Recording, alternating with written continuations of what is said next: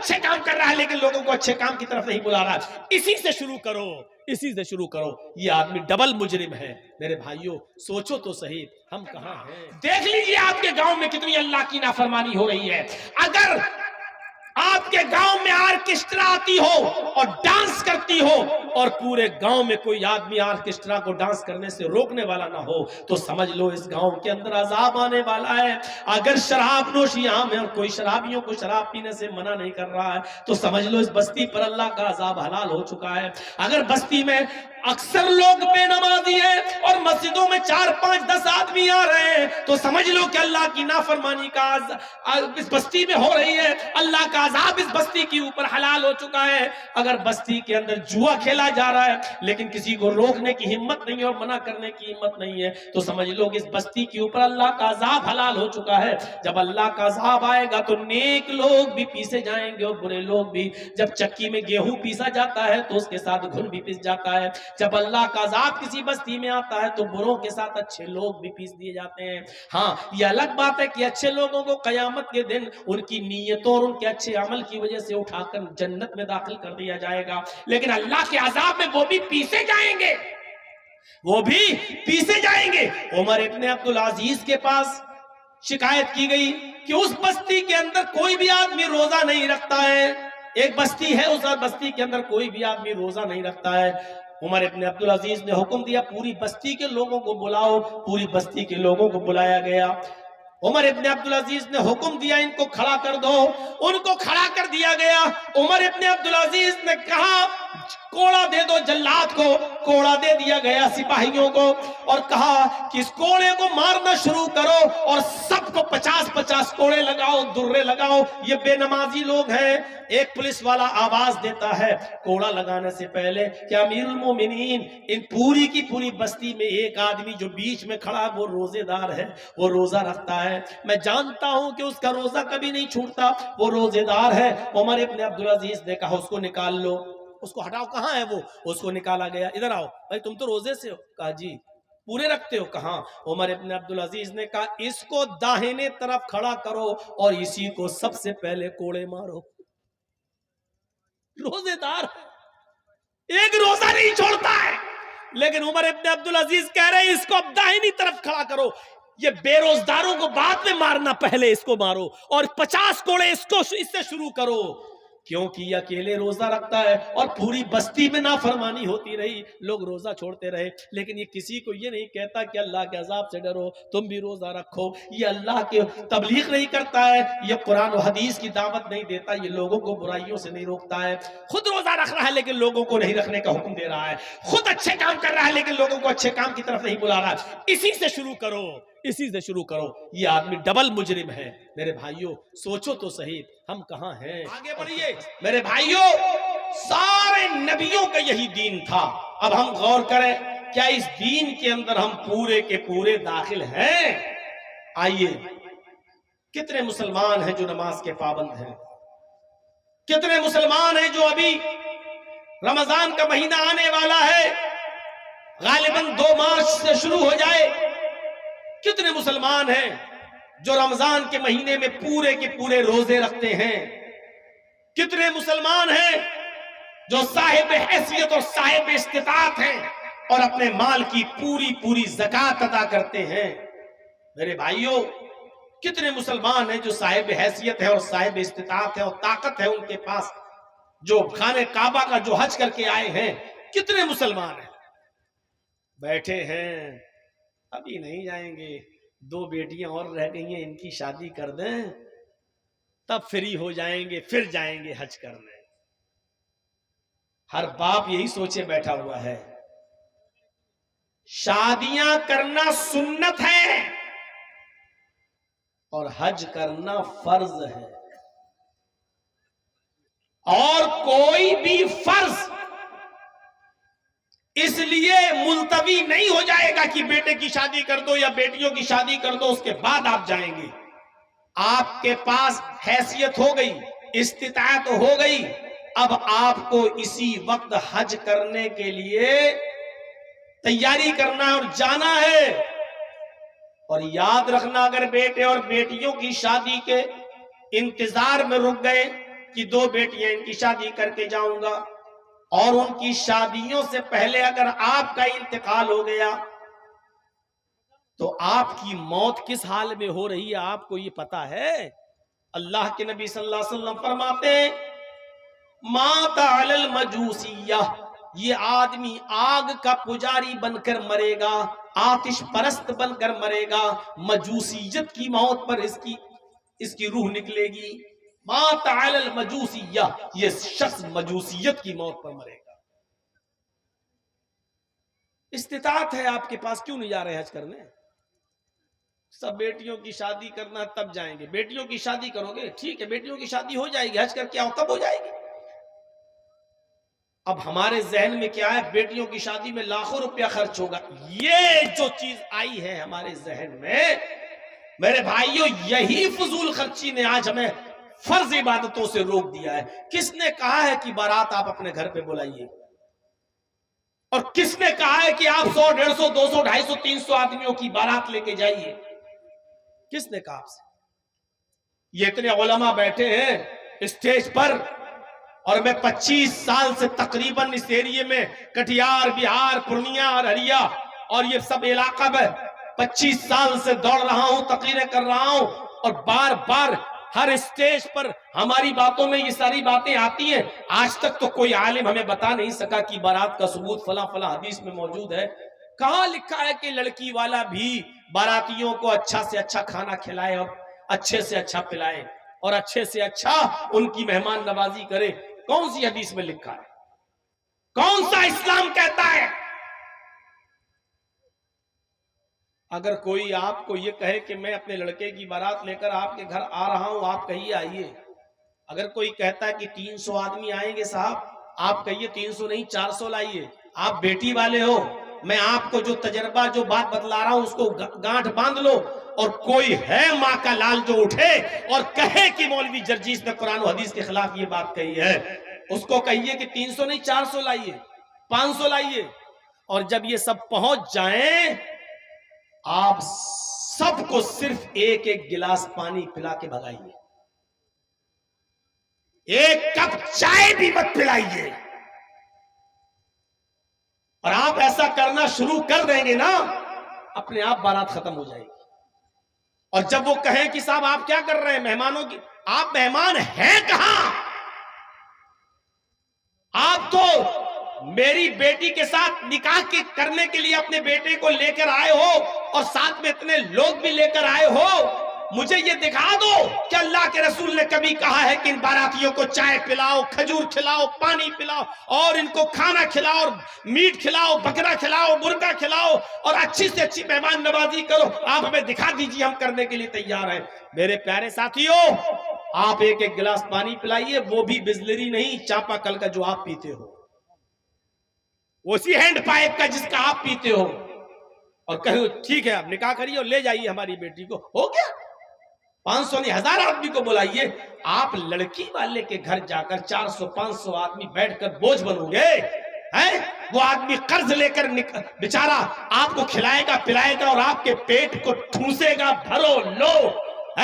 اس آدمی کے اوپر آپ مصیبت بنیں گے جو اپنی بیٹی بھی آپ کو دے رہا ہے۔ ہم آپ غور کریں کہ کتنے % مسلمان ہیں، ہمارا دل اندر سے گواہی دے گا۔ کھولیے اپنے گریبان کے بٹن اور دل سے پوچھئے ہم مسلمان ہیں۔ جب آپ کا دل کہہ دے کہ ہاں، تو اس سے پوچھئے ہم کتنے % مسلمان ہیں، آپ کا دل اندر سے گواہی دے گا۔ بہت بڑا کام کر رہے ہیں آپ ماشاءاللہ، ایک مسجد کی تعمیر، ایک مسجد کی توسیع، بڑھ چڑھ کے حصہ لیا ہے، لیکن یاد رکھیے مسجد تو بن جائے گی، اور آپ تھوڑی بنائیں گے۔ جس کے نام پر بن رہی ہے، اللہ کا گھر ہے، وہ انتظام کر دے گا۔ آپ کو مسجد بنانے کی فکر ہونی چاہیے، لیکن اس سے زیادہ فکر یہ ہونی چاہیے کہ مسجد تو عالی شان بن جائے گی، مسجد میں تو AC لگ جائے گا، لیکن اس مسجد میں نماز پڑھنے والوں کی مقدار کتنی رہے گی، اس بات کی فکر ہونی چاہیے۔ ابھی جرجیت صاحب کا جلسہ ختم ہو جائے گا 1:30 بجے کے آس پاس، تو میرے بھائیوں اب آپ اپنی جس مسجد میں نماز پڑھتے ہو، فجر میں دیکھیے گا اس جلسے کے بعد آپ کی مسجد کتنی بھرتی ہے. آج اٹھیے گا, مسجد میں جائیے گا اور مشاہدہ کریے گا کہ فجر کے اندر اس مسجد میں کتنے نمازی آ رہے ہیں. آپ کی مسجد میں آنے والے نمازی یہ بتا دیں گے کہ آج کا 24 فروری کا یہ جلسہ جو آپ کے ببلا بونا میں ہو رہا ہے یہ کتنا % کامیاب ہوا اور کتنا ناکام ہوا. صبح میں فجر کی نماز میں مسجد بتا دے گی کہ آپ کا جلسہ کتنا کامیاب ہوا اور کتنا ناکام ہوا. صبح فجر کی نماز پڑھنے جاؤ تو مسجد سے سوال کر لینا, اے مسجد بتاؤ آج کی رات کا جلسہ کتنا کامیاب ہوا. مسجد کے نمازی آپ کو بتا دیں گے کہ کتنا کامیاب ہوا. مسجد تو بنا لی شب بھر میں ایمان کی حرارت والوں نے, من اپنا پرانا پاپی رہا برسوں میں نمازی بن نہ سکے. کوئی پوچھنے کی ضرورت نہیں, مسجدوں سے سوال کریے کہ مسجد بتا کتنا جلسہ کامیاب ہوا. مسجد بتا دے گی کامیاب نہیں ہوا. آدھی رات 1 بجے 1:30 بجے 2 بجے جلسہ ختم کر دیا, جو لوگ پڑھتے بھی تھے وہ بھی نہیں آئے, نیند میں سو گئے ہیں. آپ کی مسجدیں بتا دیں. یہ جلسہ فرض نہیں ہے, نماز فرض ہے. جلسہ آپ نہیں بھی کراتے تو گناہگار نہیں ہوتے, لیکن فجر کی نماز میں اگر آپ مسجد میں نہیں جا رہے ہیں تو گناہگار ہو رہے ہیں. یا ایھا الذین آمنوا ادخلوا فی السلم کافہ, ایمانو والو تم اسلام کے اندر پورے کے پورے داخل ہو جاؤ. آئیے چند چیزیں بتاتا ہوں, ان چیزوں پر غور کر کے اپنے آپ کو ٹٹولیے اور دیکھیے ہم کتنے % مسلمان ہیں. حضرت معاذ ابن جبل فرماتے ہیں کہ اللہ کے رسول صلی اللہ علیہ وسلم نے مجھے 10 باتوں کی نصیحت فرمائی, 10 باتوں کی وصیت فرمائی. ان 10 باتوں پر میں آج کے پروگرام میں چل تو نہیں پاؤں گا, ترجمہ کر دوں گا, لیکن کچھ چیزیں میں اٹھا رہا ہوں. سنیے میرے بھائیو, حضرت معاذ کہتے ہیں کہ اللہ کے رسول صلی اللہ علیہ وسلم نے مجھے 10 باتوں کی وصیت کی. یہ 10 چیزیں ہم غور کریں گے اور ہر آدمی سوچے کہ یہ اسلام کا حصہ ہیں, یہ کتنی چیزوں پر ہم عمل کر رہے ہیں. پہلی چیز, اے معاذ لا تشرک باللہ شیئا ان قتلت او حرقت.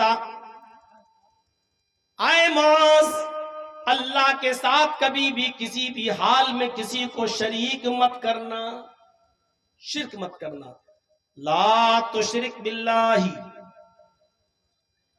ان قتلت او حرقت, اگر تجھے کاٹ دیا جائے, قتل کر دیا جائے, او حرقت یا تجھے جلا کر راکھ کر دیا جائے. اب شرک سمجھتے ہیں کسے کہتے ہیں؟ شرک میں ایک چیز میں سمجھاؤں گا, اسی سے آپ کو سمجھ جائیں گے. شرک کہتے ہیں اللہ کی ذات و صفات اور اس کے علم اور اس کی ربوبیت و الوہیت میں کسی دوسرے کو شریک کرنا. مثلا آپ یہ کہیں کہ سجدہ اللہ کو ہے, لیکن کسی اور کو بھی ہم سجدہ کر سکتے ہیں. یہ عبادت کا نہیں, تعظیمی سجدہ. آپ اس طریقے کی اگر باتیں کرتے ہیں, ہم اللہ سے دعا کرتے ہیں کہ اللہ تو مجھے شفا دے, اے اللہ میرے باپ کا انتقال ہو گیا تو ان کو جنت دے.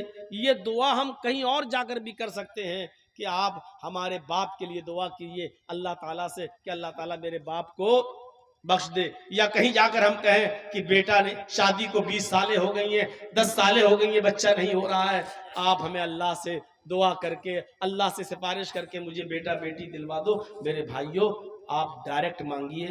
شرک کو سمجھنے کے لیے ایک اور مثال میں دیتا ہوں آپ کو. ایک چیز ہوتی ہے کفر اور ایک چیز ہوتی ہے شرک. انتہائی مجبوری میں جہاں آپ کی جان کو خطرہ ہے اور کوئی آپ سے کفر کرا رہا ہے, وہاں اپنی جان کو بچانے کے لیے کفر کرنا جائز ہو جاتا ہے, لیکن شرک کرنا ادھر بھی جائز نہیں ہے. مثلا کوئی شخص آپ کو پکڑ لے, چاقو نکال لے, پسٹل نکال لے, خنجر نکال لے, اور 4-5 لوگ آپ کو پکڑ لیں اور پکڑ کر کہیں کہ اے کس کو مانتا ہے؟ آپ کہو اللہ کو، اور وہ مارے تھپڑ، اللہ کا انکار کر، اللہ کا انکار کر، اللہ کا انکار کر. اور ایسی صورت میں آپ کی جان جانے والی ہو اور آپ جانتے ہو کہ جب تک اللہ کا انکار نہیں کریں گے یہ آدمی مجھے چھوڑیں گے نہیں، مار ڈالیں گے، ایسی صورت میں، ایسی شکل میں آپ اللہ کا انکار کر سکتے ہیں اور اپنی جان بچا سکتے ہیں، جائز ہے. ہاں ٹھیک ہے، ہاں ٹھیک ہے، اللہ نہیں ہے، ہاں ٹھیک ہے، ٹھیک ہے، جان بچانے کے لیے. لیکن وہ بھی زبان سے کہہ سکتے ہو، دل میں آپ کو یہی رکھنا پڑے گا نہیں ہم بس جان بچ جائے، ہم تو اللہ کو مانتے ہی ہیں، اللہ پر تو ہمارا ایمان ہے ہی. صرف اپنی زبان سے ان کے سامنے یہ جملہ کہہ دو کہ ٹھیک ہے میں اللہ کا انکار کرتا ہوں، مجھے چھوڑ دو، آپ کی جان بچ گئی. گھر آئیے پھر سے کہیے کہ اللہ تو میرے دل کا حال جانتا ہے، میں نے دل سے تیرا انکار نہیں کیا تھا، جائز ہے. یہ سب موبائل چھینو تو ان کے موبائل چھین کے دوسرے لوگوں جو پیچھے کھڑے ان کو بھی ڈسٹرب کرتے ہیں. کیا کرو گے؟ مولانا جرجی صاحب کی فوٹو لے کے جنتی ہو جاؤ گے کیا؟ ایک تو کھڑے ہیں، دوسرا فوٹو اور کیمرہ. چاہیں تو ادھر بھی بیٹھ سکتے ہیں یہ لوگ.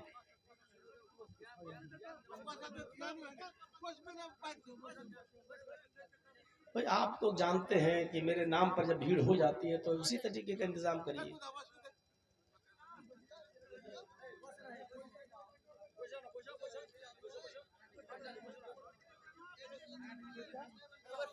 اب آئیے ادھر توجہ دیجئے، نہیں سنیں گے بھی نہیں اور سننے بھی نہیں دیں گے.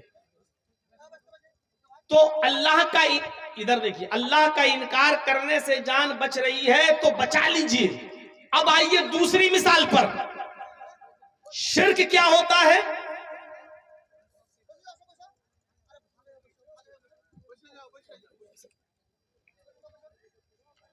اب شرک دیکھیے، وہی 4-5 لوگ آپ کو پکڑے ہوئے ہیں، زبردستی پکڑے ہوئے ہیں، آپ کو مار بھی رہے ہیں اور یہ کہہ رہے ہیں کہ تو مجھے سجدہ کر، میں سردار ہوں اس قوم کا، یا یہ میرے سردار ہے میرے قوم کے، ان کو سجدہ کر، جب تک تو ان کو سجدہ نہیں کرے گا میں تجھے نہیں چھوڑوں گا. اب دیکھیے، جب تک تو مجھے یا میرے سردار کو سجدہ نہیں کرے گا میں نہیں چھوڑوں گا، قتل کر دوں گا، مار دوں گا. تو ایسے موقع پر اپنی جان بچانے کے لیے آپ اس کو یا اس کے سردار کو سجدہ نہیں کر سکتے ہو. یہاں جان جا رہی ہے تو جانے دو، لیکن آپ کسی غیر کے سامنے سجدہ نہیں کر سکتے. سجدہ کر لیا تو شرک ہو گیا. اور یہاں اللہ نے کیا کہا؟ اللہ کے نبی نے لا تشرک باللہ، اللہ کے ساتھ کسی کو شریک مت کرنا. ان قتلتا او حرقتا، اگرچہ تجھے قتل کر دیا جائے یا جلا کر کوئلہ بنا دیا جائے، راکھ کر دیا جائے، اپنے جسم کو راکھ کروا لینا، لیکن کسی غیر کے سامنے سجدہ نہیں کرنا. اللہ کا انکار کر کے جان بچ رہی ہے تو بچا لینا، لیکن غیر اللہ کو سجدہ کر کے اگر جان بچ رہی ہے تو مت بچانا. اپنے آپ کو قتل کروا لینا، اپنے آپ کو مار اگر وہ ٹکڑے ٹکڑے کریں اور جلائیں تو جلوا لینا، لیکن اللہ کے علاوہ کسی غیر کے سامنے سجدہ نہ کرنا. یہی بات کہہ رہے ہیں اللہ کے نبی معاذ ابن جبل سے، اے معاذ لا تشرک باللہ شیئا ان قتلتا او حرقتا. اے معاذ، حالات کسی بھی طریقے کے ہوں، چاہے کتنے ناگفتہ ہوں، اور تم سے شرک کرایا جا رہا ہو تو کبھی بھی کسی بھی حال میں اللہ کے ساتھ کچھ بھی شریک مت کرنا. ان قتلتا او حرقتا، اگرچہ قتل کر دیے جاؤ یا جلا دیے جاؤ. پہلی چیز. دوسری چیز پر آئیے، ہر مسلمان غور کرے، شرک کرتا ہے کہ نہیں کرتا ہے؟ بچو ان جملوں سے. کبھی کبھی ہم لوگ کہہ دیتے ہیں نا، اوفو کیا ڈاکٹر ہے یار، اس ڈاکٹر نے میرے باپ کو بچا لیا، اوفو میرا بیٹا کتنا بیمار تھا، اس ڈاکٹر کے پاس دوا لینے گئے، اس ڈاکٹر نے میرے بیٹے کو مرنے سے بچا لیا۔ نکل جاتا ہے ہمارے منہ سے، لیکن بچو ان جملوں سے، احتیاط برتو۔ آپ کو یہ کہنا چاہیے کیا شفا دی ہے اللہ نے اس ڈاکٹر کے ہاتھ میں، اس کی دوا میں۔ ایک خوراک کوئی کھاتا ہے، اللہ اس ڈاکٹر کی دوا سے شفا دے دیتا ہے۔ اللہ نے اس ڈاکٹر کی دوا میں ایسی شفا دی کہ میرے باپ بچ گئے، میرا بیٹا بچ گیا۔ یہ جملے بولیے۔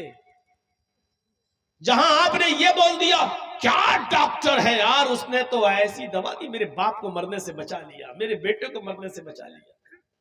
ارے میرے بیٹا تو آخری سانسیں لے رہا تھا، ڈاکٹر کیا ڈاکٹر ہے، اس نے بچا لیا۔ کتنا بڑا گناہ ہم کر رہے ہیں، اگرچہ ہمارے دل میں نہیں ہے، لیکن شرک چیونٹی کی چال سے زیادہ باریک ہے۔ ہمارے گھر میں کتا پلا ہوا ہے، ایک مثال دے رہا ہوں، رات بھر نگرانی کرتا ہے، چور گھسنے والے تھے ہمارے گھر میں، ڈاکہ ڈالنے والے تھے، کتے نے بھونکنا شروع کر دیا، چور بھاگ گئے۔ آپ نے صبح اٹھ کر کیا دیا؟ اوف، اگر گھر میں کتا نہیں ہوتا تو چوری ہو جاتی۔ اس کا مطلب یہ ہوا کہ کتے نے چوری بچائی۔ آپ نے کہہ دیا گھر میں کتا نہیں ہوتا تو چوری ہو جاتی۔ آپ یہ کہو اوف، اللہ نے اس کتے کی وجہ سے میرے گھر میں چوری بچوا دی۔ اگر میرے گھر میں، حالانکہ گھر میں کتا نہیں پالا جا سکتا ہے، لیکن ایک مثال میں دے رہا ہوں آپ کو، تو میرے بھائیو شرک چیونٹی کی چال سے زیادہ باریک ہوتا ہے۔ لا تشرک باللہ ان شیئا ان قتلت او حرقت، پہلی چیز ہو گئی۔ دوسری چیز پر آئیے، کیونکہ ایک چیز پر ہم بولنے لگیں گے تو سارا ٹائم اسی میں چلا جائے گا۔ آئیے دوسری چیز، ہم اور آپ غور کریں کتنا شرک کر رہے ہیں۔ تو پورے مسلمان ہیں کہ نہیں؟ اسلام کے اندر پورے کے پورے داخل ہیں یا نہیں؟ اب دوسری چیز پر غور کیجئے، معاشرے کا زبردست حصہ ہی یہ، وَلَا تَعُقَّنَّ وَالِدَيْكَ وَإِنْ أَمَرَاكَ أَن تَخْرُجَ مِنْ أَهْلِكَ وَمَالِكَ، اپنے ماں باپ کی کبھی بھی نافرمانی مت کرنا۔ والدیک میں دونوں چیزیں شامل ہیں، ماں بھی اور باپ بھی۔ وَلَا تَعُقَّنَّ وَالِدَيْكَ، اپنے ماں اور باپ دونوں کی کبھی بھی کسی بھی حال میں نافرمانی مت کرنا۔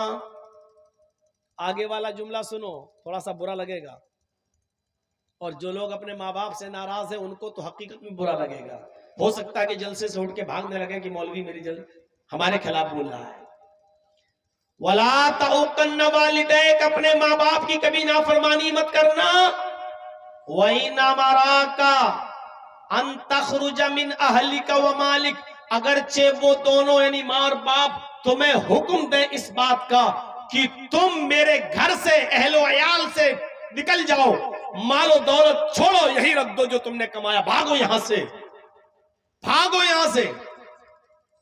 ان تخرج من اہلک و مالک، اگر وہ تمہیں تمہارے مال سے بے دخل کر دیں اور تمہارے اہل و عیال یعنی بیوی بچوں سے بھی بے دخل کر دیں، تو تمہیں اپنے بیوی بچوں کو چھوڑنا پڑے گا اور اپنا کمایا ہوا مال بھی چھوڑنا پڑے گا، اس لیے کہ تو بھی اور تیرا کمایا ہوا مال بھی تیرا نہیں ہے، لے ابیک تیرے باپ کا ہے۔ اگر باپ نے تجھے پیدا نہیں کیا ہوتا تو تو کہاں سے کماتا؟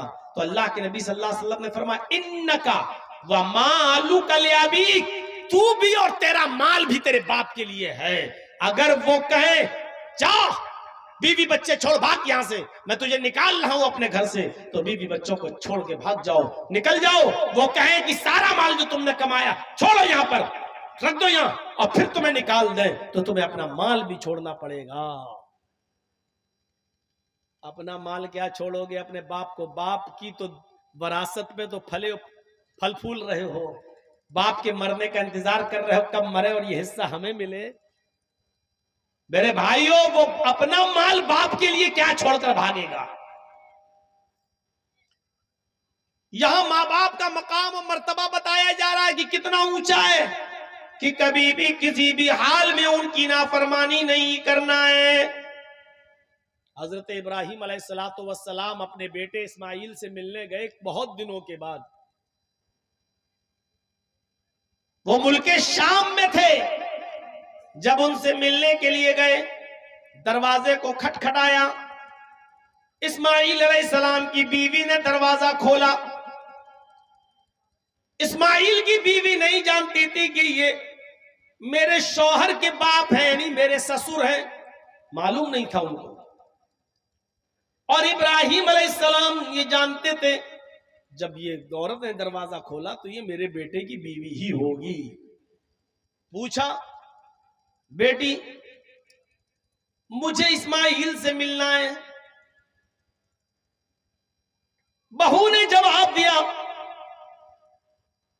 بزرگوار سے کہ اسماعیل تو گھر پہ ہے نہیں، وہ تو جنگل کی طرف گئے ہوئے ہیں، گھر میں کھانے پینے کو کچھ نہیں تھا اس لیے شکار کرنے کے لیے گئے. کوئی جانور جو حلال ہوگا اس کا شکار کر کے لائیں گے تب کھانا بنے گا، وہ گھر پہ نہیں ہے. ابراہیم علیہ السلام نے باتوں میں پوچھ لیا بیٹی گھر کا گزر بسر تمہارا کیسا چلتا ہے، کیا حال ہے تمہارے گھر کا؟ کہنے لگی بہت برا، انتہائی غریبی میں میری زندگی گزر رہی ہے. صبح اگر کھانے کو مل جاتا ہے تو شام کو بھوکی سوتی ہوں، اور شام کو اگر کھانے کو مل جائے تو دوسرے دن صبح بھوکا اٹھنا پڑتا ہے، اور پھر کھانے کو کچھ نہیں. بہت تنگی ہے، بہت پریشانیوں میں ہماری زندگی گزر رہی ہے.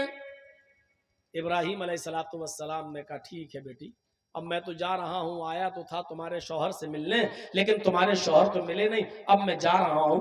جب تمہارے شوہر گھر پہ آ جائیں، یہ نہیں کہہ رہے ہیں کہ میں یعنی تمہارا شوہر یا میرا بیٹا گھر پہ آ جائے، یہ نہیں کہہ رہے، بلکہ کیا کہہ رہے ہیں جب تمہارا شوہر گھر پہ آ جائے تو اس سے کہنا کہ ایک بوڑھا آدمی آیا تھا، ایک بزرگ آدمی آیا تھا، وہ تمہیں سلام کہہ کر گیا ہے اور اس نے یہ بھی مشورہ دیا ہے تمہارے گھر کی چوکھٹ ٹھیک نہیں ہے، اپنے گھر کی چوکھٹ بدل دو.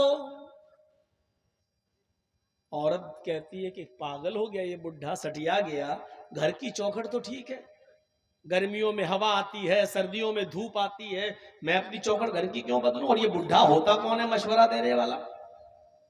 دل میں سوچتی ہے کہاں ٹھیک ہے وہ آئیں گے تو کہہ دیں گے. ابراہیم علیہ السلام وہاں سے چلے گئے. شام کو جب اسماعیل علیہ السلام شکار کا گوشت لے کر آئے، بیوی کھانا بنانے لگی اور بیوی نے کھانا بناتے بناتے فرمایا میرے سرتاج آج ایک بوڑھا آدمی آیا تھا. اچھا کچھ کہہ رہا تھا، اس نے آپ کو سلام کہا. سلام کا نام سنا اسماعیل سمجھ گئے، ایک دم صحیح سے بیٹھ گئے. اچھا بوڑھا آدمی آیا تھا مجھے سلام بولا ہے کہ ہاں وہ آپ کو سلام بول کر گئے. وعلیکہ وعلیہ السلام وعلیکی وعلیہ السلام، ان پر بھی سلامتی ہو تم پر بھی سلامتی ہو. اور کچھ کہا انہوں نے؟ کہا ہاں. وہ بڈھا بڑا دماغ کا کھسکا ہوا لگ رہا تھا، سٹیایا ہوا لگ رہا تھا. کہا کیوں؟ کہا وہ کہہ رہا تھا کہ جب تمہارے شوہر گھر پہ آ جائیں تو ان سے کہنا کہ تمہارے گھر کی چوکھٹ ٹھیک نہیں ہے، اس کو بدل دو، چینج کر دو، گھر کی چوکھٹ ٹھیک نہیں ہے. اسماعیل علیہ السلام نے کہا میری بیوی اس نے تم سے کچھ پوچھا تھا؟ کہا اس نے پوچھا تھا گھر میں گزر بسر کیسی چل رہی، جو حقیقت تھی میں نے بتا دیا. میں نے کہہ دیا کہ اچھی نہیں چل رہی ہے، صبح کھا لو تو شام کو بھوکا سونا پڑتا ہے، اور شام کو کھا لو تو صبح بھوکا اٹھنا پڑتا ہے، پھر کچھ ملتا ہی نہیں. بڑی تنگی میں، بہت ہی پریشانی میں ہماری زندگی گزر رہی ہے. فرمایا میری بیوی وہ بزرگ بڈھا میرا باپ تھا، تم اس کی بہو، اس نے مجھے سلام کہا ہے، میں نے جواب دے دیا ہے. اس نے کہا گھر کی چوکھٹ بدل دو، تو اس چوکھٹ کو بدلنے کی بات نہیں کہی تھی. اس نے چوکھٹ کو بدلنے کا مطلب یہ تھا کہ تم اللہ کی نافرمان بندی ہو، ناشکری بندی ہو.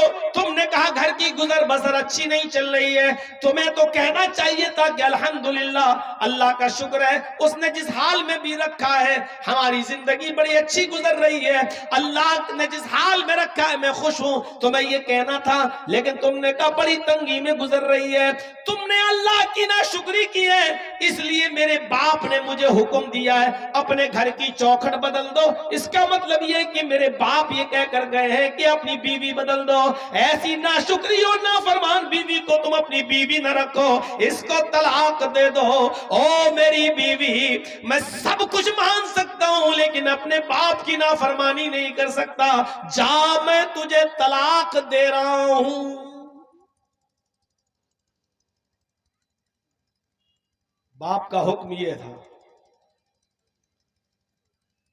گزر رہی ہوگی لڑکوں پر، ارے کیا بیٹھ گئے مولانا صاحب، سب باپ کا ہی حق ہے، اولاد کا کوئی حق ہی نہیں ہے۔ ابراہیم علیہ السلام نے حکم دیا اور بیٹے نے اس کو کر ڈالا۔ اسماعیل نے دوسری شادی کی، پھر کچھ عرصے کے بعد ابراہیم علیہ السلام دوبارہ آئے۔ اسماعیل علیہ السلام دوبارہ بھی نہیں تھے، شکار کھیلنے گئے ہوئے تھے۔ پھر دروازے کو دستک دی، دوسری والی جو بیوی نہیں تھی انہوں نے دروازہ کھولا، السلام علیکم، وعلیکم السلام ہوا، کہا مجھے اسماعیل سے ملنا ہے۔ نہیں وہ تو نہیں ہے، جنگل میں گئے ہیں، شکار کھیلنے کے لیے گئے ہیں، گھر میں کھانے کے لیے گوشت کا انتظام کرنے کے لیے گئے ہیں۔ اچھا ٹھیک ہے، کوئی بات نہیں، یہ بتاؤ گھر کی گزر بسر کیسی چل رہی ہے؟ کہا الحمدللہ، اللہ کا شکر ہے، اللہ کا شکر ہے، اللہ نے جس حال میں بھی رکھا ہے اس کا بہت بہت شکر ہے۔ اللہ رب العالمین بھوکا اٹھاتا ضرور ہے لیکن بھوکا سلاتا نہیں ہے۔ اللہ کا شکر ہے کہ وہ ہم کو ہر حال میں اس کا شکریہ ادا کرتی ہوں۔ ٹھیک، یہ جانے لگے تو کہنے لگے کہ بیٹی جب اسماعیل گھر پہ آ جائیں تو کہنا کہ ایک بوڑھا آدمی آیا تھا، اس نے تمہیں سلام کہا ہے اور یہ بھی کہا ہے کہ گھر کی چوکھٹ بہت اچھی ہے، اس چوکھٹ کی حفاظت کرنا، اس چوکھٹ کو بچا کے رکھنا، اس چوکھٹ میں کچھ کرنے کی ضرورت نہیں، بہت اچھی ہے گھر کی چوکھٹ تمہاری۔ جب اسماعیل علیہ السلام آئے تو بیوی نے پوری بات بتائی۔ اسماعیل علیہ السلام نے اللہ کا شکر ادا کیا اور کہا میری بیوی جانتی ہو وہ کون تھے؟ وہ میرے باپ تھے، سلام کرنے والا میرا باپ، وہ بوڑھا آدمی میرا باپ، اور چوکھٹ جانتی ہو؟ کہا نہیں۔ کہا وہ تم ہو، میرے باپ نے کہا ہے کہ چوکھٹ کو صحیح رکھنا، یعنی یہ اچھی چوکھٹ ہے، اس کا مطلب یہ ہے کہ تم نے اللہ تعالیٰ کی نافرمانی نہیں کی ہے، اچھی بات کہی ہے، اور میرے باپ نے کہا ہے کہ چوکھٹ ٹھیک ہے، اس چوکھٹ کو بحال رکھنا۔ میں اپنے باپ کا حکم مان کر تمہیں اپنے پاس رکھوں گا، میں تمہیں چھوڑوں گا نہیں۔ میرے بھائیوں، اس واقعے سے اندازہ لگائیے کہ ماں باپ کی کتنی فرما برداری ہوا کرتی تھی۔ اللہ تعالیٰ نے والدین کے تعلق سے فرمایا وَقَضَىٰ رَبُّكَ أَلَّا تَعْبُدُوا إِلَّا إِيَّاهُ وَبِالْوَالِدَيْنِ إِحْسَانًا، تم ہر حال میں اللہ ہی کی عبادت کرنا، اللہ کے علاوہ کسی اور کی عبادت نہ کرنا۔ وَبِالْوَالِدَيْنِ إِحْسَانًا، اور اپنے والدین کے ساتھ احسان کرنا، اپنے باپ کے ساتھ اچھا سلوک کرنا، اپنے والدین کے ساتھ اچھا برتاؤ کرنا۔ احسان کہا ہے، احسان جانتے ہو کس کو کہتے ہیں؟ وَبِالْوَالِدَيْنِ إِحْسَانًا، اپنے ماں باپ کے ساتھ احسان کرو، اچھا سلوک۔ احسان کے اندر ہر نیکی شامل ہے، ہر نیکی شامل ہے، صرف یہی نہیں کہ اپنے باپ کی بات مان لی بس ہو گیا۔ اگر باپ بیمار ہے تو اس کا علاج کرانا یہ احسان ہے۔ باپ اٹھ نہیں پا رہا ہے، اس کو اٹھانا اور گود میں لے کر اس کو اس کے بستر پہ بٹھانا یہ احسان ہے۔ باپ بستر پہ لیٹا ہوا ہے، کہہ رہا بیٹے مجھے دروازے کے باہر کرسی لگا کر بٹھا دو، تھوڑی دیر میں باہر کی ہوا کھانا چاہتا ہوں، اور وہ اٹھ نہیں پاتا ہے، تو باپ کے لیے وہ کرسی دروازے کے باہر رکھنا اور اپنے باپ کو اپنی کمر پہ لاد کے لے جا کر اس کرسی پر بٹھا دینا، یہ نیکی میں، احسان میں شامل ہے۔ ذرا غور کرو کہ ایک صحابی اپنی ماں کو جو اندھی تھی اور ہاتھوں سے کوڑی تھی اور پیروں سے لنگڑی تھی، دانت نہیں تھے منہ میں، اس نے کہا میں عمرہ کرنا چاہتی ہوں، طواف کرنا چاہتی ہوں خانہ کعبہ کا۔ اس کا بیٹا اس کو خانہ کعبہ کی طرف لے گیا۔ اب لنگڑی تھی تو بیچاری چل نہیں سکتی تھی، اندھی تھی، دیکھ نہیں سکتی تھی، اس لیے بیٹے نے اس کو اپنے کاندھوں پر لاد لیا اپنے کاندھوں پر سوار کر لیا، اپنی گود میں اس کو اٹھا لیا اور پیٹھ پر سوار کر لیا، اور اس کے بعد بیٹا اپنی ماں کو طواف کرانے لگا۔ پانچواں یا چھٹا چکر تھا کہ ان کی مٹبھیر حضرت عمر فاروق رضی اللہ تعالیٰ عنہ سے ہو گئی۔ حضرت عمر فاروق سے علیہ ہوئی، السلام علیکم، وعلیکم السلام۔ یہ صحابی حضرت عمر سے کہنے لگے امیر المومنین یہ میری ماں ہے۔ حضرت عمر نے کہا کہ تمہیں بہت اچھی ماں ملی ہے۔ کہا امیر المومنین میں اس کا بیٹا ہوں، اپنی ماں کو خانہ کعبہ کا طواف کرا رہا ہوں، میری ماں بھی ہے، میری ماں نابینا ہے، اور میری ماں کو پیروں سے لنگڑی ہے اس لیے چل نہیں پاتی، میں نے اپنی پیٹھ پر لاد کر اس کو طواف کرانا شروع کر دیا۔ حضرت عمر نے کہا اللہ تمہیں اس کا بہتر جزائے خیر دے، بہترین بدلہ دے۔ اس شخص نے کہا امیر المومنین میں اپنی ماں کو اپنے ہاتھ سے کھلاتا ہوں، اپنے ہاتھ سے کھانا بنا کر تیار کرتا ہوں، اپنے ماں کے کپڑے میں اپنے ہاتھ سے دھلتا ہوں، اپنے ماں کی گندگی کو لیٹرین و پیشاب و پائخانے کو بھی میں صاف کرتا ہوں۔ میری ماں نے طواف کرنے کی خواہش کی تو میں اس کو لایا اور میں اپنی پیٹھ پر لاد کر اپنی ماں کو طواف کرا رہا ہوں۔ کیا میں نے اپنی ماں کا حق ادا کر دیا جو قرآن و حدیث میں ماں کا حق بتایا گیا ہے؟ کیا میں نے اپنی ماں کا حق ادا کر دیا؟ حضرت عمر فاروق نے ہنستے ہوئے فرمایا تم حق کی بات کہتے ہو کہ تم نے اپنی ماں کا حق ادا کر دیا؟ ارے سنو، جب تمہاری ماں تمہیں پیدا کر رہی تھی، جب تمہیں جن رہی تھی، جب تم اس کے پیٹ سے باہر آ رہے تھے، جب تمہاری ماں تمہیں پیدا کر رہی تھی اور درد کی وجہ سے جب وہ کراہ رہی تھی، درد کی وجہ سے جب وہ رو رہی تھی اور اس کی آواز آہ کر کے نکل رہی تھی، جب تم اپنے ماں کے بدن سے باہر آ رہے تھے اور وہ درد سے کراہ رہی تھی، چیخ رہی تھی، وہ چلا رہی تھی، اس کے منہ سے جو آہ نکلی تھی، پہلی آہ، پہلی چیخ جو اس کے منہ سے نکلی، ابھی تو نے اس پہلی آہ کا بھی حق ادا نہیں کیا، تو اپنی ماں کی پوری زندگی کا حق ادا کیا کرے گا؟ تو نے تو ابھی اپنی ماں کی پہلی آہ کا بھی حق ادا نہیں کیا۔ پیشاب پائخانہ صاف کرنے والا لڑکا، اپنے ہاتھ سے کھانا بنا کر ماں کو کھلانے والا لڑکا، اپنی پیٹھ پر لاد کر خانہ کعبہ کا طواف کرانے والا بیٹا، اور اس حال میں حضرت عمر کہہ رہے ہیں کہ جب وہ تجھے پیدا کر رہی تھی اور درد کی وجہ سے چیخ رہی تھی ابھی تو نے اس کی پہلی آہ کا بھی حق ادا نہیں کیا۔ نوجوانوں ذرا سوچو، ماں اور باپ کا درجہ کتنا بڑا ہے، اس کا مقام کتنا بڑا ہے۔ ہم اسلام میں پورے کے پورے داخل ہیں، کیا ہم اپنے ماں باپ کی ایسی خدمت کرتے ہیں؟ کیا ہم ماں باپ کی ایسی سیوا، ایسی خدمت کر رہے ہیں؟ ایسی اولاد، تاریخ کے اوراق پڑھیے تو ایسی اولاد گزرے گی کہ باپ بھی جیل میں اور بیٹا بھی جیل میں، باپ کی عمر 90 سال اور بیٹے کی عمر 50 سال، باپ بھی جیل میں اور بیٹا بھی جیل میں، لیکن دونوں پکے نمازی۔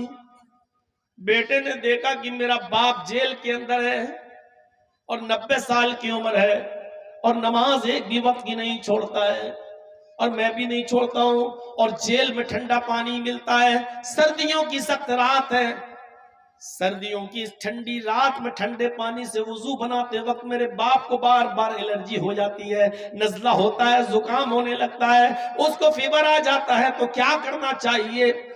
اس کا 50 سال کا بیٹا رات میں عشاء کی نماز کے بعد اپنے باپ کو بستر پر سلا دیتا تھا کہ تم سو جاؤ، فجر میں اٹھنا ہے۔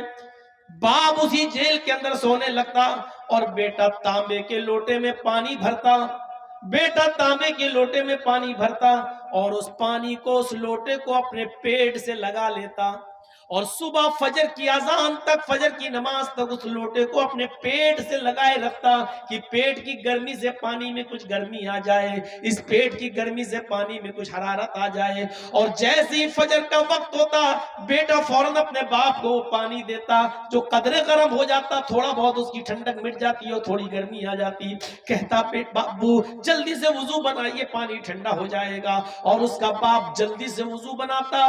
میرے پیارے ساتھیوں، یہ واقعہ کئی چیزوں کی طرف اشارہ کر رہا ہے. پہلا اشارہ تو یہ کرتا ہے کہ 90 سال کے باوجود باپ فجر تک کی نماز قضا نہیں کر رہا ہے. جیل کی سلاخوں میں ہونے کے باوجود باپ نماز کا عادی ہے اور بیٹا پوری رات لوٹے کو اپنے پیٹ سے لگا کر پانی کو گرم کر رہا ہے کہ پیٹ کی گرمی سے پانی کچھ گرم ہو جائے. یہ باپ کی خدمت کا ایک انوکھا واقعہ ہے. میرے بھائیوں ذرا اندازہ لگاؤ کہ ایسی اولادیں آج کہاں ملیں گی, ایسی بچے آج کہاں ہیں جو اپنے ماں باپ کی ایسی خدمت کرنے والے ہوں, جو اپنے ماں باپ کی ایسی سیوا کرنے والے ہوں. فرمایا وَلَا تَعُقَّنَّ وَالِدَيْكَ وَإِنَّ مَرَاكَ أَن تَخْرُجَ مِنْ أَهْلِكَ وَمَالِكَ. اپنے ماں باپ کی کبھی بھی نافرمانی مت کرنا, اگرچہ وہ دونوں تمہیں تمہارے بیوی بچوں سے دور ہونے کا حکم دے دیں اور مال و دولت کو چھوڑ دینے کا آرڈر دے دیں, اس کے باوجود تم اپنے ماں اور باپ کا دل مت دکھانا اور ان کی خدمت کرتے رہنا, ان کی نافرمانی کبھی مت کرنا. 2 چیزیں ہو گئی. تیسری چیز پر آئیے نوجوانوں, تیسری چیز,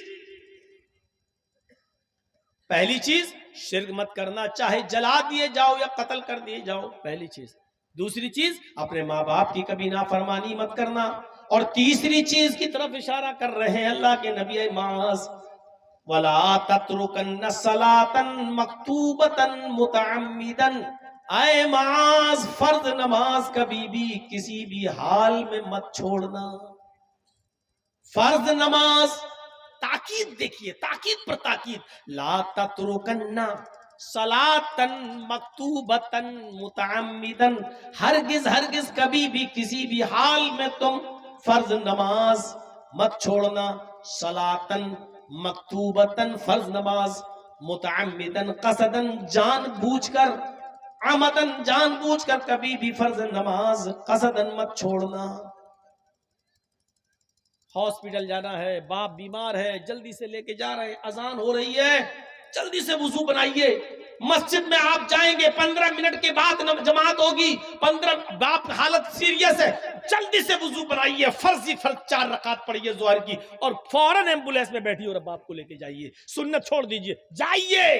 یہ ہے فرض نماز جو کبھی بھی کسی بھی حال میں تمہیں نہیں چھوڑنا ہے. باپ بیمار, بیٹا بیمار, لیکن آپ مسجد میں جائیں گے دیر لگے گی, پھر 15 منٹ جماعت کا انتظار کریں گے دیر لگے گی. اس حال میں بیٹا سیریس ہو سکتا ہے, آپ کو جلدی لے کے جانا ہے, زیادہ بری کنڈیشن ہے, فوراً گھر میں 4 رکعت ہلکی سی نماز پڑھ لیجئے. اِنَّا أَعْطَيْنَاكَ الْكَوْثَرَ فَصَلِّ لِرَبِّكَ وَانْحَرْ إِنَّ شَانِئَكَ هُوَ الْأَبْتَرُ. دوسری رکعت میں قُلْ هُوَ اللَّهُ أَحَدُ اللَّهُ الصَّمَدُ لَمْ يَلِدْ.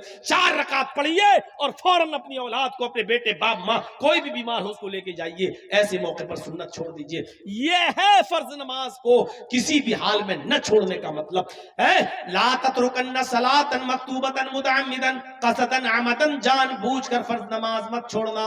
باپ ہاسپٹل میں ایڈمٹ ہے یا بیٹا ہاسپٹل میں ایڈمٹ ہے, اب ایسی مجبوری میں آپ کو کیا کرنا ہے؟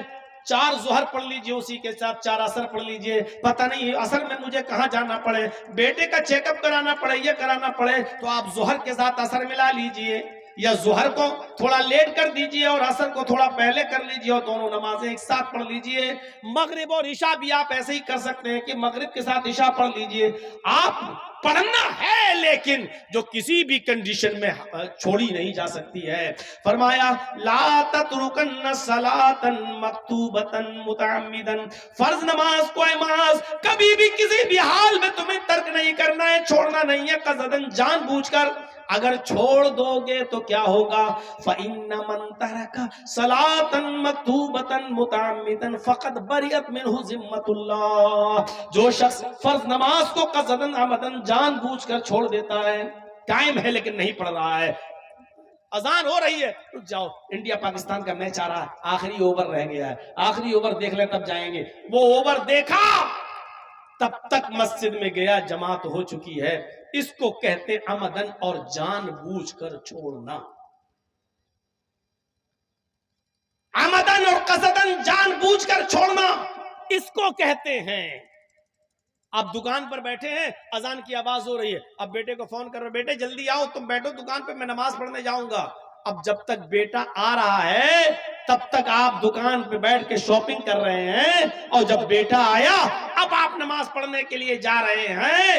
میرے بھائیوں، جب نماز پڑھنے کے لیے مسجد میں پہنچے تو جماعت ہو چکی ہے، جبکہ اصول یہ تھا کہ دکان بند کرتے، بیٹے سے بھی کہتے کہ چلو نماز پڑھنے، باپ بھی پڑھتا اور بیٹا بھی پڑھتا۔ میرے بھائیوں، دونوں کو نماز پڑھنا تھا۔ یہ مسجد بن رہی ہے اس لیے نماز کا ٹاپک اسی پر چسپا کر لیجئے گا، کیونکہ مسجد بنتی ہی اس لیے ہے کہ اس میں عبادت ہو، نماز پڑھی جائے۔ مسجد بنا لی لیکن نمازیوں سے خالی رہے تو کوئی فائدہ نہیں۔ میرے بھائیوں، ذرا تصور کیجئے گا، فَإِنَّ مَن تَرَكَ صَلَاةً مَكْتُوبَةً مُتَعَمِّدًا، اگر فرض نماز کو قصداً جان بوجھ کر چھوڑ دیا، بریت منہ ذمت اللہ، تو اللہ کی ذمہ داری ختم ہو جاتی ہے۔ مر جہاں مرنا ہے، کسی بھی حال میں تو رہے، اب اللہ کی بھی کوئی ذمہ داری نہیں، فقط بریت منہ ذمت اللہ،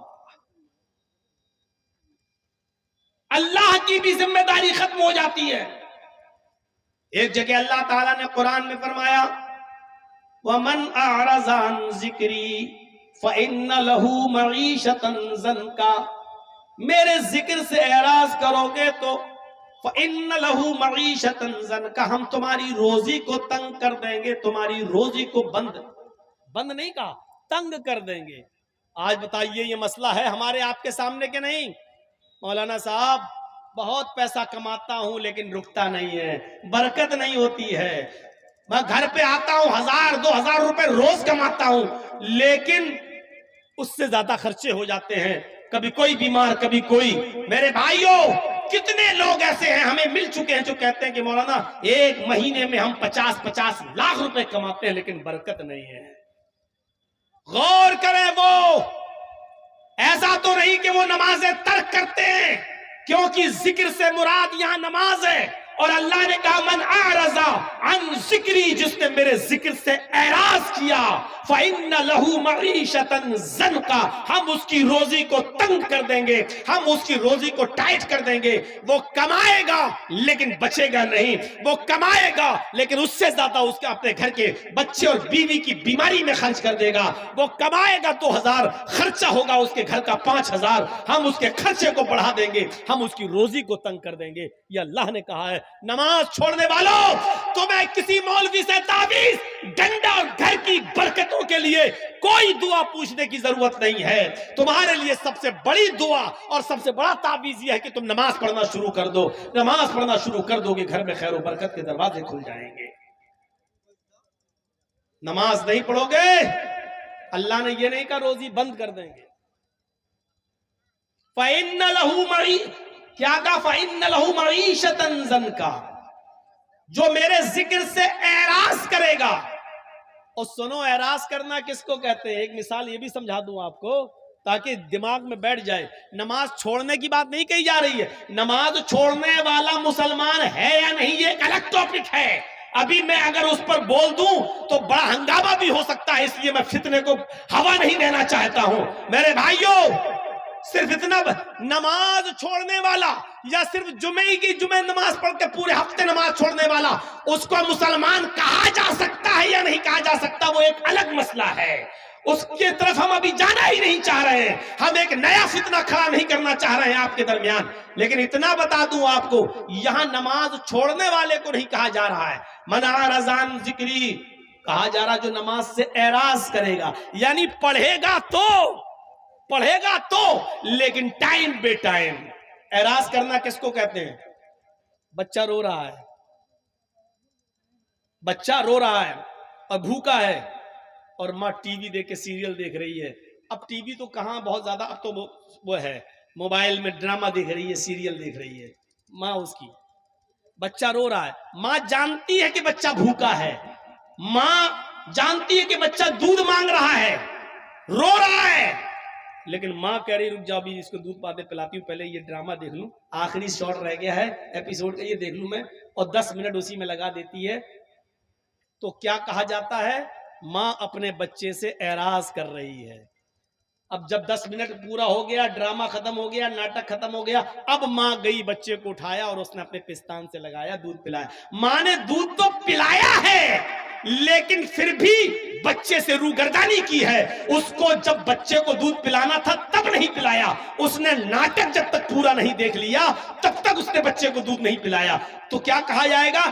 ماں نے اعراض کیا بچے سے، ماں نے روگردانی کی بچے سے، ماں نے بچے سے منہ پھیرا، یعنی ناٹک میں اتنی منہمک ہو گئی کہ بچے کو بھول گئی، حالانکہ دودھ پلایا. ایسے ہی ہم دکان میں بیٹھ گئے، ہم میچ دیکھنے لگے، ہم کہیں پھنسے ہیں اور اذان ہو رہی ہے، نماز اذان کیا حی علی الصلاۃ، لیکن ہم یہ کام پورا کر لیں گے تب جائیں گے مسجد میں، ہم یہ میچ پورا ہو جائے گا تب جائیں گے مسجد میں، ہمارا یہ آخری چیز رہ گئی ہے، یہ اگر ہم چھوڑ دیں گے تو انکمپلیٹ رہے گی، ہم یہ کام کر لیں. یہ 5 مریض رہ گئے، جب تک ان کو نہیں دیکھ لیں گے تب تک یہ 5 ہی تو رہ گئے، ابھی ہم ان کو سب کو دوا دے دیتے ہیں. اب ہم ان کو دیکھنے لگے اور دکان بند نہیں کی، دیکھنے لگے، اور اس کے بعد جب 5 مریضوں کو دوا دے دی، یا ہم نے پورا میچ دیکھ لیا یا پورا ہم نے ڈرامہ دیکھ لیا، اس کے بعد یا ہم نے پورے دکانوں کو کسٹمر کو نپٹا دیا، اس کے بعد ہم جا رہے ہیں نماز پڑھنے، اور نماز پڑھی لیکن جماعت ہو گئی. نماز تو پڑھی ہے آپ نے لیکن جماعت نکل گئی. جس وقت حی علی الصلاۃ کہا جا رہا تھا اس وقت آپ نہیں گئے. ایک کسٹمر ہے میری دکان پہ، مانگ رہا بھائی 5 کلو گھی دے دو یا 2 کلو تیل دے دو. حی علی الصلاۃ کی آواز آئی، اسی وقت چھوڑ دو آپ. اب آپ سوچو گے یار 5 کلو گھی لے لے گا تو 1 کلو گھی پر اگر ہم کو 20 روپے بچ رہے ہیں تو 5 کلو پر 100 روپے، چلو تولنے ولنے میں لگا دیا. اب آپ اس آدمی کو رزاق سمجھ رہے ہیں، روزی دینے والا، آپ اللہ کو رزاق نہیں سمجھ رہے. ارے چھوڑو، 100 روپے کا نقصان ہو رہا ہے، ہونے دو. اگر یہاں اللہ کی خاطر میں نماز پڑھنے کے لیے چلا جاؤں گا تو اللہ 100 کی جگہ 1000 کا بھی انتظام کر دے گا. وَمَن يَتَّقِ اللَّهَ يَجْعَلْ لَهُ مَخْرَجًا، جو اللہ سے ڈرے گا اللہ اس کے لیے نکلنے کا راستہ بنا دے گا. وَيَرْزُقْهُ مِنْ حَيْثُ لَا يَحْتَسِبُ، اور ایسی جگہ سے اس کو روزی دے گا جہاں سے اس کو وہم و گمان بھی نہیں ہوگا، اس نے سوچا بھی نہیں ہوگا کہ ہمیں یہاں سے روزی مل جائے. یہ ہے نماز سے اعراض کرنے کا مطلب نماز پڑھ تو رہے ہیں لیکن جس وقت پڑھنا چاہیے اس وقت نہیں پڑھ رہے ہیں. 5 مریضوں کو نپٹانے کے بعد پڑھیں گے صاحب، 5 کسٹمر کو نپٹانے کے بعد پڑھیں گے، 2 اوور رہ گئے پورا ہو جائے تب جائیں گے. یہ کھیل ہم کھیل رہے ہیں، پب جی کھیل رہے ہیں، فلاں کھیل رہے ہیں، جب تک یہ پورا نہیں ہو جائے گا تب تک نہیں. اب آپ نماز سے اعراض کر رہے ہیں. اللہ نے اعراض کرنے والوں سے کہا، چھوڑنے والوں سے نہیں. چھوڑنے والوں کا انجام کیا ہوگا وہ تو اللہ ہی بہتر جانے. ہم بتا ہی نہیں سکتے کہ نماز چھوڑنے والوں کی سزا کیا ہوگی جہنم کے اندر. ہم اعراض کرنے والے ان کے بارے میں بتلا رہے ہیں جو پڑھتے ہیں لیکن ٹائم بے ٹائم ٹال مٹول کر ہیں، ان کے بارے میں بتا رہے. وَمَنْ أَعْرَضَ عَنْ ذِكْرِي فَإِنَّ لَهُ مَعِيشَةً ضَنْكًا، جو میرے ذکر سے نماز سے اعراض کرے گا ہم اس کی روزی کو تنگ کر دیں گے.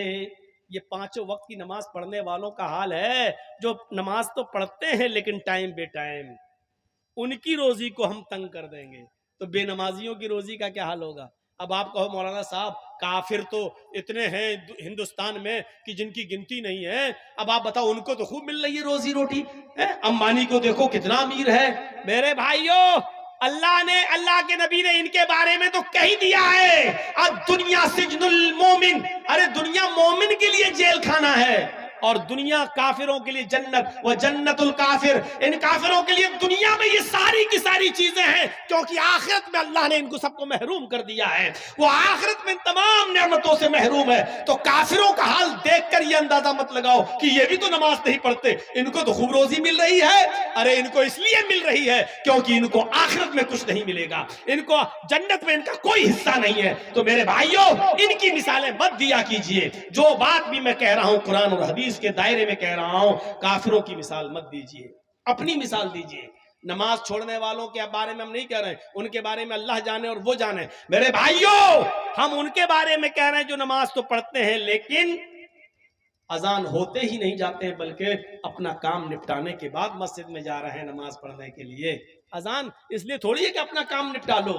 اذان کا مطلب حی علی الصلاۃ، آؤ نماز کی طرف، حی علی الصلاۃ، آؤ اللہ کی عبادت کی طرف، حی علی الفلاح، آؤ کامیابی کی طرف، آؤ کامیابی کی طرف، آؤ فلاح و بہبودگی کی طرف. اگر تمہیں اللہ کی عبادت کرنا ہے تو کامیابی ملے گی. کامیابی و فلاح و بہبودگی اللہ کی عبادت اور نماز سے جڑی ہوئی چیز ہے.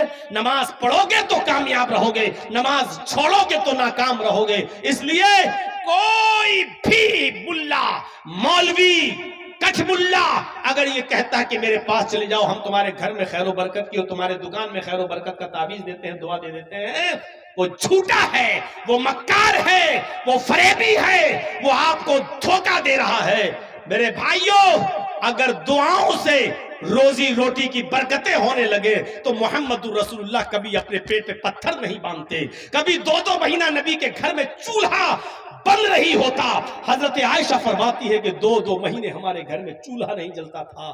کیا اللہ کے رسول کو دعائیں معلوم نہیں تھی؟ یہ کٹھ ملا تمہیں تعویذ دے رہا ہے, 50 روپے کا اور 51 روپے کا لے جاؤ اور تمہارے گھر میں خیر و برکت ہوگی. ارے تو اپنے گھر میں خیر و برکت کر لینا.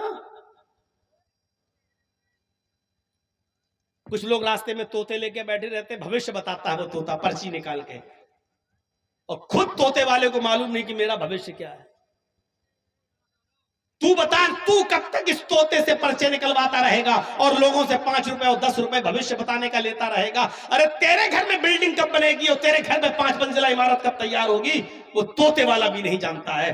یہ حال آج کٹ ملاؤں کا ہے. ایک صاحب گئے, لڑکا تھا نوجوان, کہنے لگا مولانا صاحب دل کی بات ہے.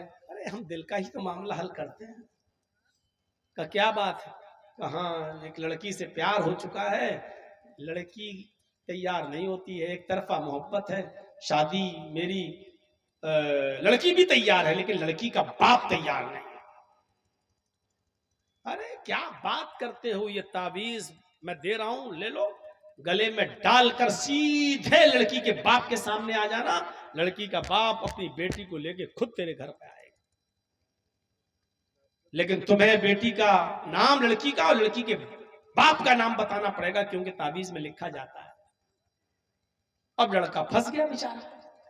اب بڑی مشکل سے بتایا کہ ہاں اس کا نام ہے مریم.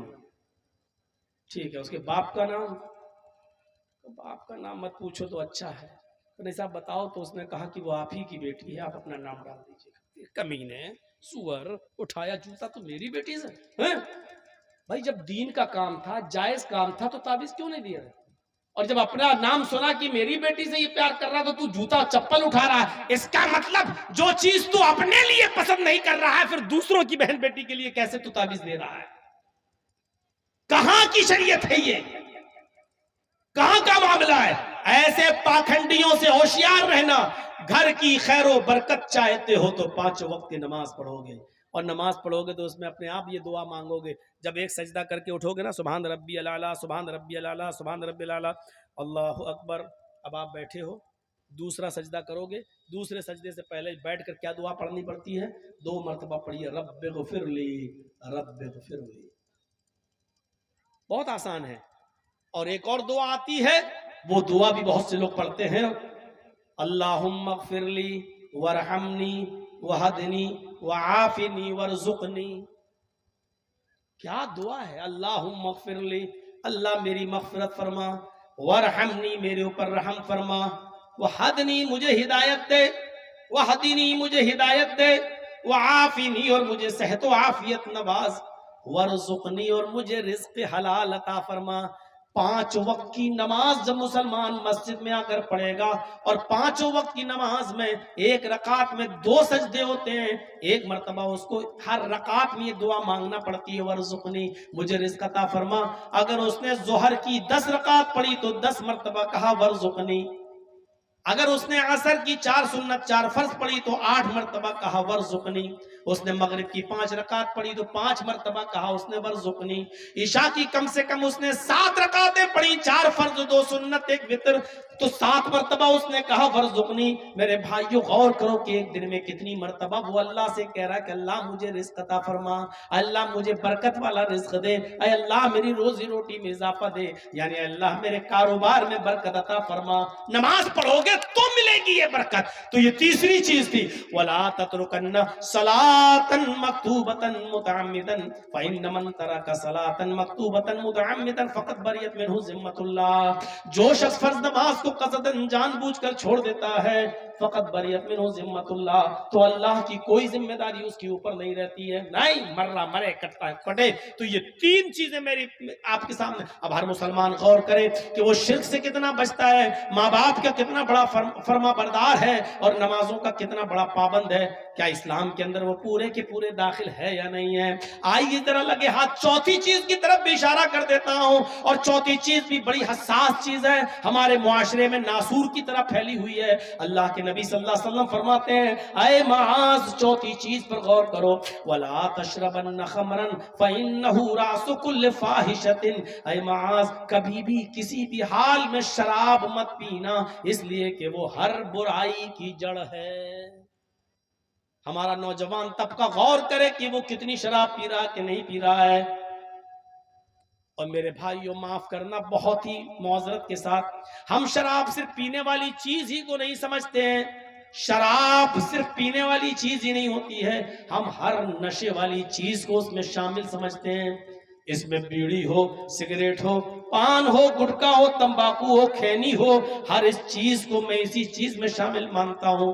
اس لیے اللہ کے نبی صلی اللہ علیہ وسلم نے ان تمام چیزوں کے استعمال کو حرام قرار دیا ہے۔ اکلو مکرو یہ دوسرے لوگوں میں ہوگا، ہمارے ہاں مکرو کوئی چیز ہی نہیں ہے۔ میرے بھائی جو اسلام میں دو ہی چیزیں ہیں، یا تو حلال ہے یا حرام۔ اگر کوئی چیز مکرو ہے تو اس کا مطلب یہ ہے کہ دل چاہے تو چھوڑ دو، دل چاہے تو پی لو، تو میرے بھائی جو اس کا مطلب تو یہ ہوا کہ وہ حلال کے زمرے میں ہے، حلال کے زمرے میں، تو اس لیے یہ کہنا غلط ہے کہ یہ مکرو ہے، مکرو نہیں ہے۔ شراب کو ہاتھ مت لگانا، فَإِنَّهُ رَأْسُ كُلِّ فَاحِشَةٍ، یہ ہر برائی کی جڑ ہے۔ شراب صرف برائی نہیں ہے، بلکہ ایک شراب کے پینے کے بعد دوسرے گناہ کرنے کا بھی، یعنی شراب پینا خود ایک گناہ، لیکن شراب پینے کے بعد اور بھی گناہ ہونے لگتے ہیں۔ شراب پی کے ٹن گھر میں گھسے، ماں کری منع کیا تھا پھر پی کے آیا، اور تیری ماں کا، تیری اپنی ماں کو ہی ماں بہن کی گالی، اپنی بہن کو بھی گالی، باپ کو گالی، بھائی کو گالی، اور ایسی گندی گندی گالی جو تو نشے میں دیتا ہے، جس کو کوئی مرد بھی سننا گوارا نہیں کرتا، تیرے گھر کی عورتوں کو سننا پڑتا ہے۔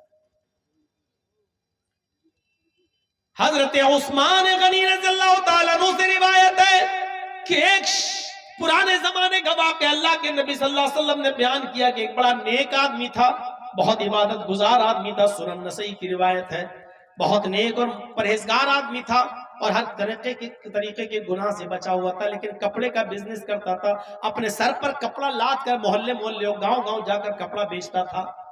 اس زمانے میں ایک عورت تھی جو بیوہ ہو چکی تھی، لیکن بڑی عیاش تھی، بیوہ ہو چکی تھی، اور وہ نوجوانوں کو اپنی طرف مائل کرتی تھی، جو خوبصورت لڑکا دیکھتی تھی اس کو اپنی طرف مائل کرنا چاہتی تھی۔ اس کی ایک خادمہ تھی، ایک نوکرانی تھی، اس نے اپنی نوکرانی کو حکم دیا کہ دیکھو کوئی خوبصورت لڑکا اگر تمہیں نظر آئے تو اس کو میرے پاس لے کر آنا۔ اس کی نوکرانی نے ایک دن اس کو بتایا کہ ایک شخص ہے جو کپڑے کا بزنس کرتا ہے، اپنے سر پر کپڑا لاد کر بازاروں میں اور دکانوں میں اور ادھر سے ادھر محلے میں بیچتا ہے، بڑا خوبصورت آدمی ہے، بڑا خوبصورت نوجوان ہے، کہو تو میں اس کو لے کر آؤں۔ کہا کہ ٹھیک ہے، اس کو لے کر آؤ۔ جیسے ہی اس نوکرانی نے اس نوجوان کو دیکھا تو کہنے لگی کہ میری مالکن ہے، وہ تمہیں بلانا چاہتی ہیں اور تم سے کوئی مسئلہ پوچھنا چاہتی ہیں، چلو قرآن و حدیث کا نہیں، تم اس کو اس کے یعنی اس مذہب کے مطابق اس کا مسئلہ بتا دو۔ اس نے سوچا کہ کوئی دین کا معاملہ ہے جس مذہب پر یہ لوگ عمل کرتے تھے، لہٰذا چلو ہم چلتے ہیں، تمہاری مالکن کو کوئی مسئلہ ہے تو بتا دیتے ہیں۔ یہ نوکرانی اس کو لے کر گئی، یہ خادمہ اس کو لے کر گئی، اندر گھستی ہے تو دروازہ بند ہو جاتا ہے، کہتی ہے آئیے دوسرے دروازے میں۔ اس نے دوسرا دروازہ کھولا، جب یہ حضرت دوسرے دروازے میں داخل ہوئے تو داخل ہونے کے بعد دوسرا دروازہ بند ہو جاتا ہے۔ کئی دروازوں کے اندر لے کر گئی، وہاں اس کی مالکن بیٹھی ہوئی تھی، بیوہ عورت بیٹھی ہوئی تھی جو بڑی خوبصورت تھی اور حسین و جمیل تھی۔ اس نے اپنی باندی کو، نوکرانی کو حکم دیا کہ تم اب جا سکتی ہو، اور اس نے کہا کپڑا دکھاؤ۔ وہ بیوہ عورت ان سے کہنے لگی مجھے کوئی مسئلہ نہیں پوچھنا ہے، مجھے صرف آپ سے کپڑا دیکھنا ہے۔ وہ اپنا کپڑا دکھانے لگے، یہ دیکھو، یہ دیکھو، یہ اتنے میٹر، یہ اتنے گج، یہ اتنے گج، سب کپڑا دکھانے لگے، لیکن وہ کہنے لگی کہ مجھے کپڑا بھی نہیں دیکھنا ہے۔